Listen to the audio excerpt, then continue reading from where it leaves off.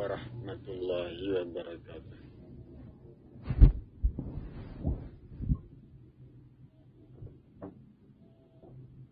Alhamdulillahi rabbil alamin. Wassalatu wassalamu ala asrafil anbiya'i wal mursalin.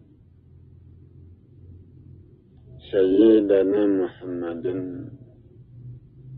wa ala alihi wa ashabihi rasulillahi ajma'in. Amma ba'du. Puji syukur kita berikan kepada Allah, Tuhan semesta alam. Salam dan selawat kita berikan pula kepada Muhammad Rasulullah Sallallahu Alaihi Wasallam, Rasul terakhir dan penutup para nabi.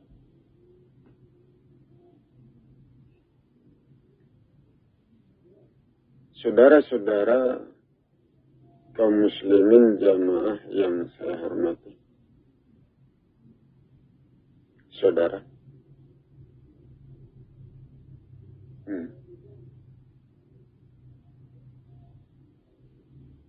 Allah adalah kebenaran.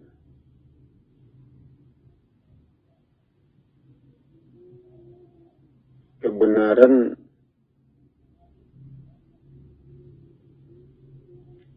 yang terjadi pada zat, pada tanah, pada makhluk. Apa saja yang tumbuh pada diri makhluk manusia, yang terjadi pada diri manusia, itu benar adanya, benar kejadian, benar penyebabnya. Tidak dibuat-buat, tidak dikehendaki. Contohnya saja, kalau kita tidak makan, perut kita sakit. Dari mana datangnya sakit? Sakit itu karena gara-gara kita tidak makan. Sakit itu bukan dikehendaki oleh Tuhan. Tetapi penyebabnya gara-gara tidak makan.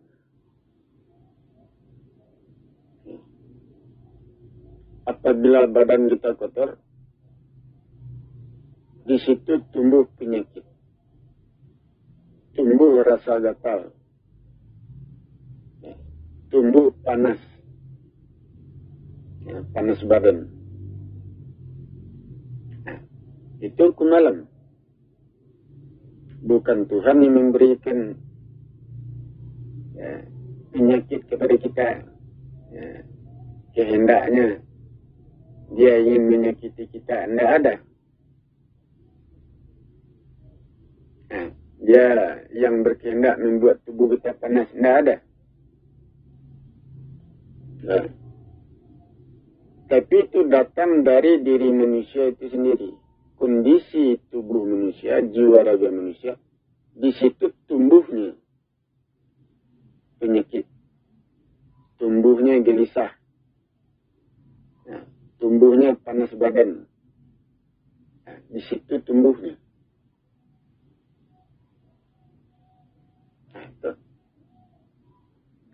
Jadi penyebab itu datang dari manusia. Sementara Allah itu jalan untuk terjadinya peristiwa tersebut.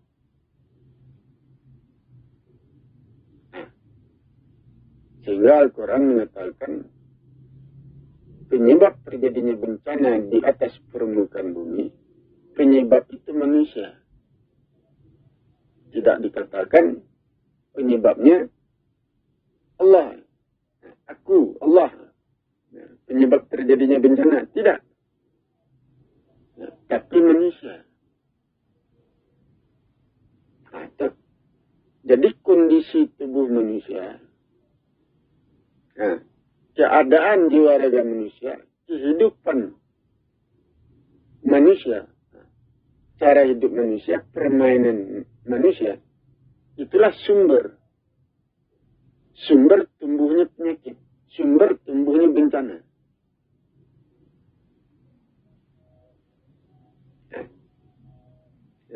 Kecuali hidup manusia itu benar, teratur, bersih, lurus. Maka yang tumbuh pada diri manusia dalam kehidupan manusia tentu rahmat. Itu yang tumbuh.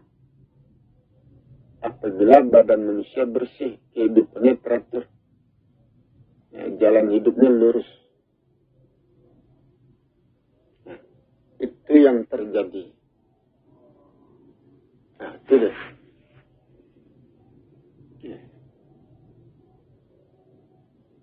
Jadi Allah itu adalah sebuah jalan untuk mencapai sesuatu. Jalan itulah yang dipakai oleh manusia untuk mencapai keinginannya. Jadi manusia berpegang kepada Allah artinya berpegang kepada jalan. Untuk mencapai sesuatu.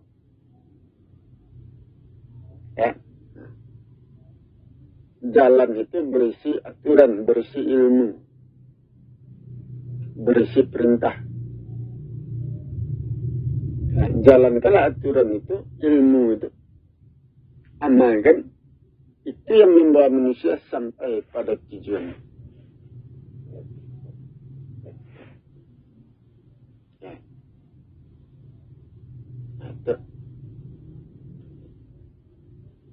Itu prosesnya. Segala sesuatu tentu diletakkan pada tempatnya. Diletakkan ke dalam prosesnya. Sehingga proses itulah yang mendorong, yang bekerja, mendorong pertumbuhan manusia. Proses itulah yang mendorong, yang membawa manusia sampai pada puncak keberhasilannya.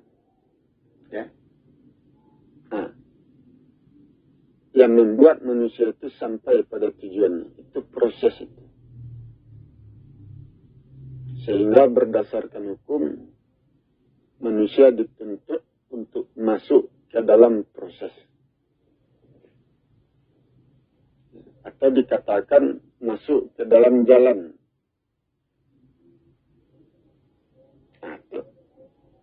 Itu jalannya. Contohnya seperti tubuh kita. Tubuh kita dingin. Bagaimana cara memanaskannya? Apa alat yang bisa memanaskan tubuh yang dingin? Tuh. Kalau tubuh kita dingin, cobalah kita berjalan ke daerah yang panas.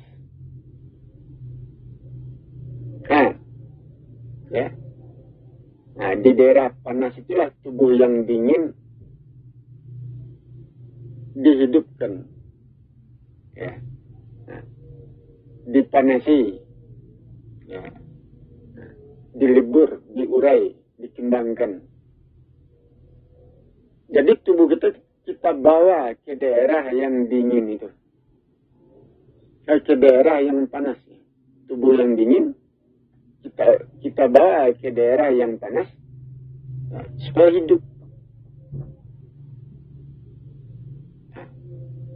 Terbuka jalan kehidupannya. Jadi kita harus masuk ke dalam proses. Bukan berada di luar proses.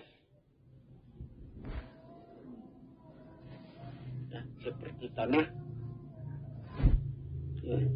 Tanah dimasukkan ke dalam cetakan, jadi batu bata, jadi patung. Itu kalau dimasukkan. Ya. Tapi kalau tanah tidak mau dimasukkan ke dalam cetakan, tidak jadi apa-apa. Tidak jadi apa-apa. Nah, manusia seperti itu. Nah, yang mencetak diri manusia itu aturan-aturan, ukuran-ukuran, tata cara, tata letak diri, jarak, kecepatan. Ya, nah, hubungan manusia dengan segala sesuatu. Masuklah ke dalam ukuran-ukuran itu yang mencetak diri manusia, yang membentuk, yang menimpa, sehingga manusia menjadi manusia yang sempurna. Nah itu. Jadi kita wajib masuk. Seperti sholat itu. Nah, ya, sholat itu alat untuk mengangkat, menegakkan diri manusia, meluruskan, menagar jiwa raga manusia, sehingga jiwa raga manusia tidak jatuh.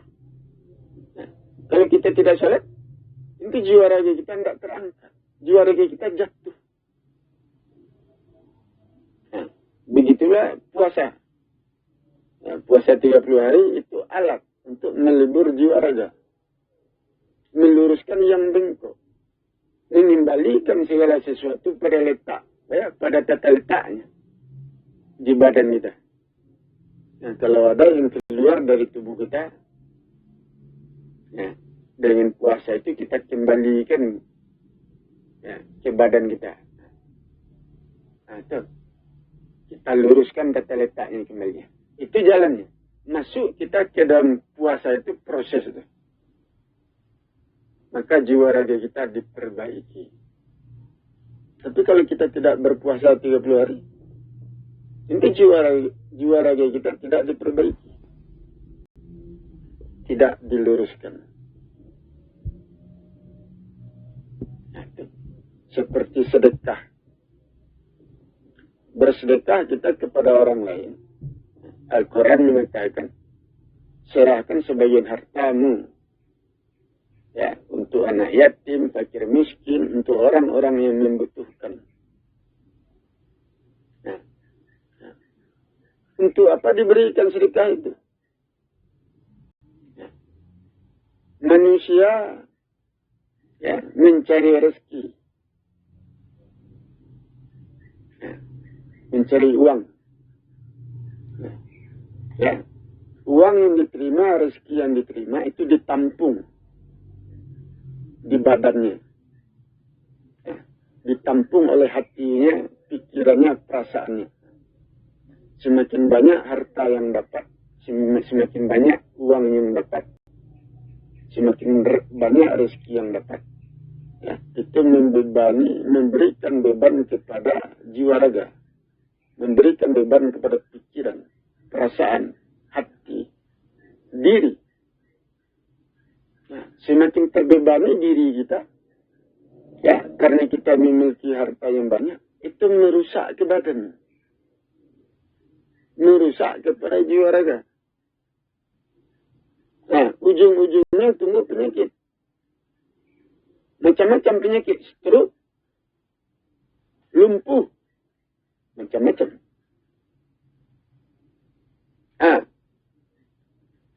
Ya. Jadi untuk melepaskan beban-beban yang membebani jiwa raga kita, itu caranya dengan sedekah. Nah, sedekah yang kita berikan kepada orang lain, ya, melalui sedekah itulah beban-beban yang memberatkan jiwa raga kita, pikiran kita, hati kita, perasaan kita. Melalui itulah beban itu dilepaskan, sehingga badan kita menjadi ringan. Nah, itu. Ya, sehingga kita terbebas dari ancaman penyakit. Apakah itu penyakit jasmani apakah itu penyakit rohani. Nah, begitu cara kita melepaskan diri kita dari akibat-akibat buruk. Nah, itu. Ya. Jadi itu sedekah. Nah, sedekah itu memperkuat, memperkokoh hati. Ya, memperkokoh jiwa raga. Nah, itu ada akibatnya. Semuanya ada akibatnya. Seperti makan harta riba, uang riba. Riba itu kan bukan uang kita itu. Ya, bukan pencarian kita. Riba itu kan bunga. Nah, ya. Atau kita pinjamkan uang kepada orang lain. Ya, 10.000. Nah, dia kembalikan 15.000. Nah, itu meminjam uang. Nah, yang 5.000-nya itu bunga. Nah, itu riba. Nah, itu. Ya. Ya. Kalau kita mendapatkan keuntungan dari perdagangan, itu bukan riba. Berdagang kita, bertani kita, ya, menambang, mencari emas, dapat keuntungan. Itu bukan riba. Karena kita berusaha. Ya, hasil pencarian, hasil keringat. Nah, tetapi kalau riba itu, ya, kita tidak bekerja di situ. Nah, keringat kita tidak keluar, usaha tidak ada. Nah, ya, itu. Jadi riba itu hasil, apa namanya itu? Nah, itu uang orang. Nah, sama artinya kita mengambil uang orang secara zalim. Nah, mengambil uang orang. Riba itu. Kalau kita makan harta riba, sampai ke badan kita, masuk ke tubuh kita harta riba itu melemahkan. Nah, itu melemahkan kekuatan. Nah, membuat badan kita itu menggigil, rapuh. Itu kalau harta riba. Ya. Tetapi kalau kita makan hasil pencarian kita, bagaimana? Ya. Hasil pencarian diri kita sendiri, hasil keringat diri kita sendiri yang kita makan, itu memberikan rasa puas kepada jiwa raga. Nah, itu memberikan kekuatan, keteguhan jiwa raga. Nah, itu hasil keringat. Ya, itu memperkuat, memperkokoh diri kita. Kalau kita memakan hasil pencarian kita sendiri. Itu memberikan kekuatan.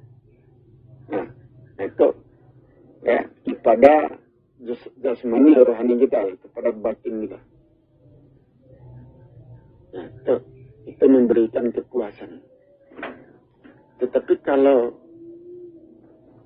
ya harta riba yang kita makan, uang riba, itu tidak memberikan kepuasan. Karena bukan uang kita itu. Itu pencarian orang yang kita ambil secara tidak benar. Secara zalim, seperti itu. Ya. Kalau kita makan harta itu, harta riba itu merusak ke badan kita. Nah, itu. Ya. Nah, kalau secara kasat mata itu tidak nampak. Proses itu tidak nampak. Kalau secara kasat mata, ya, harta riba yang masuk ke perut kita, ya, itu melemahkan ke badan, merapuhkan tulang-tulang kita, nah, meruntuhkan kemampuan kita, semangat kita. Ya, secara kasat mata itu tidak kelihatan.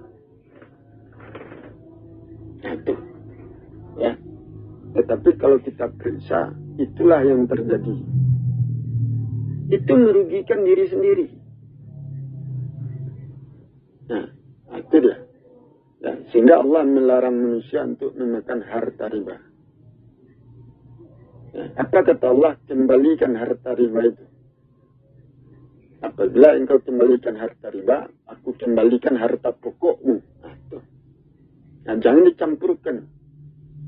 Nah, harta riba dengan harta pokok pencarian kita, jangan kita campurkan. Nah, harta riba itu dikembalikan kepada orangnya. Ya. Nah, harta pokok itu dikembalikan kepada kita. Nah, itu. Itu dia. Ya.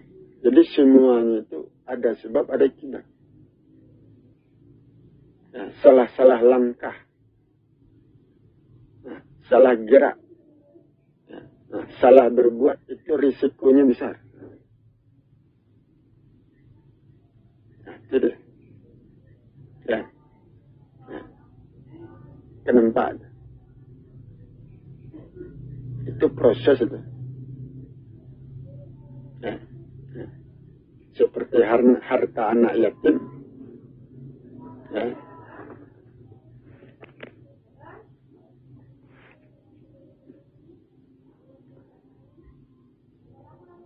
Jadi seperti harta anak yatim, ya, itu dilarang mencampurkannya dengan harta pencarian kita sendiri.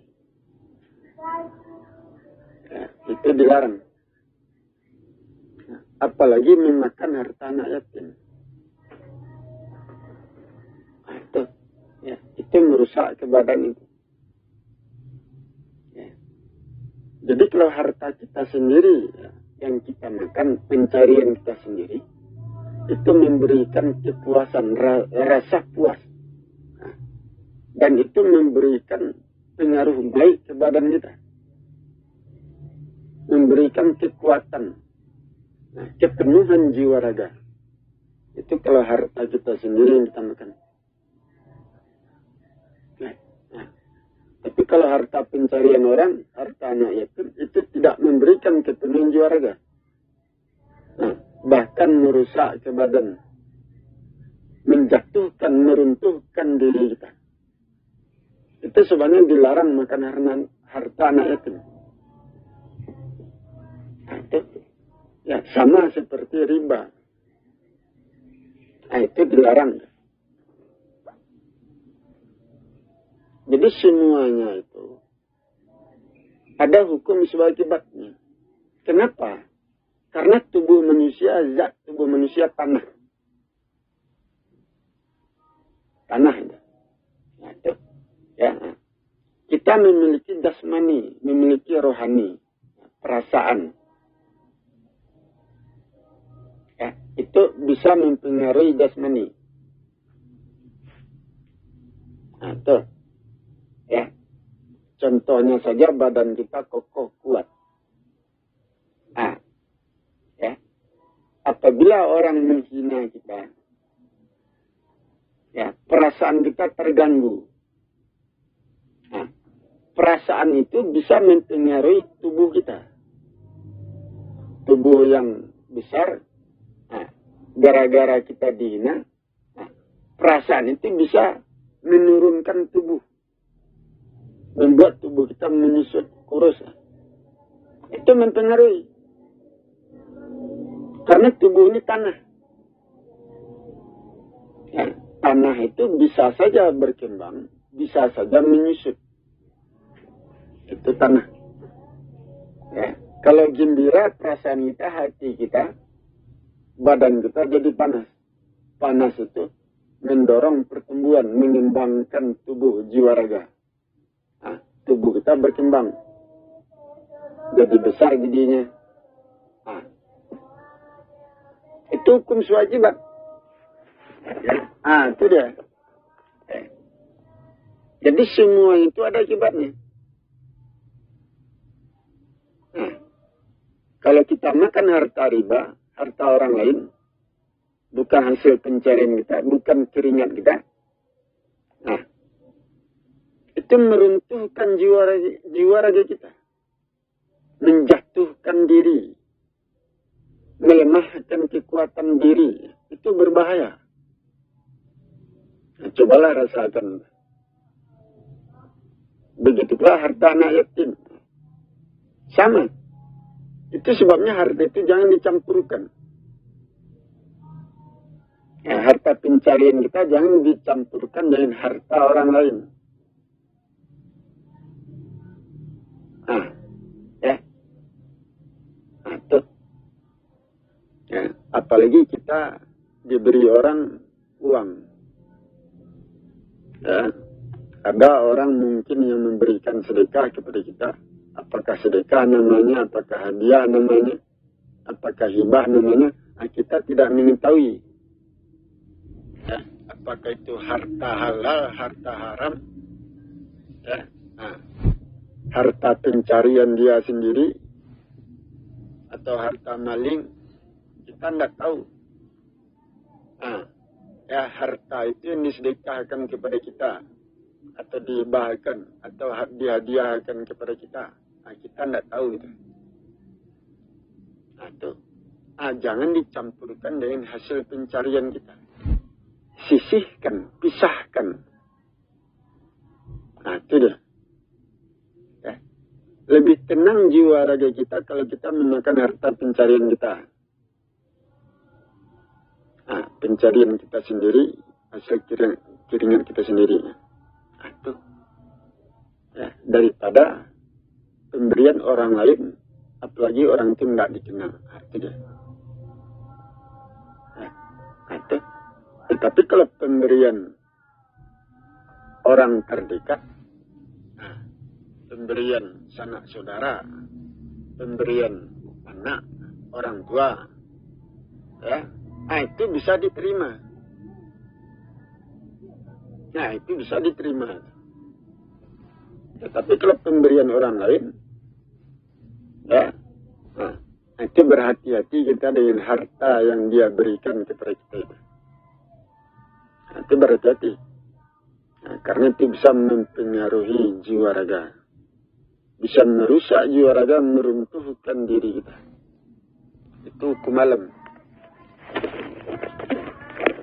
Nah, jadi itu sebabnya Al-Quran melarang manusia makan harta riba. Ya, manusia melarang makan harta anak yatim, atau mencampurkan harta anak yatim dengan harta diri kita sendiri. Nah, itu. Karena berakibat. Secara kasat mata mungkin tidak terasa, tidak terlihat oleh mata kita. Akibat itu.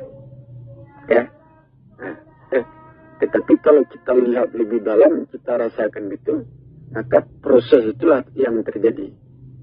Tubuh manusia, jiwa raga manusia mendapatkan kerusakan gara-gara memakan harta anak yatim atau mencampurkannya gara-gara memakan harta riba. Itu salah satu contoh, ya, hukum sebab akibat.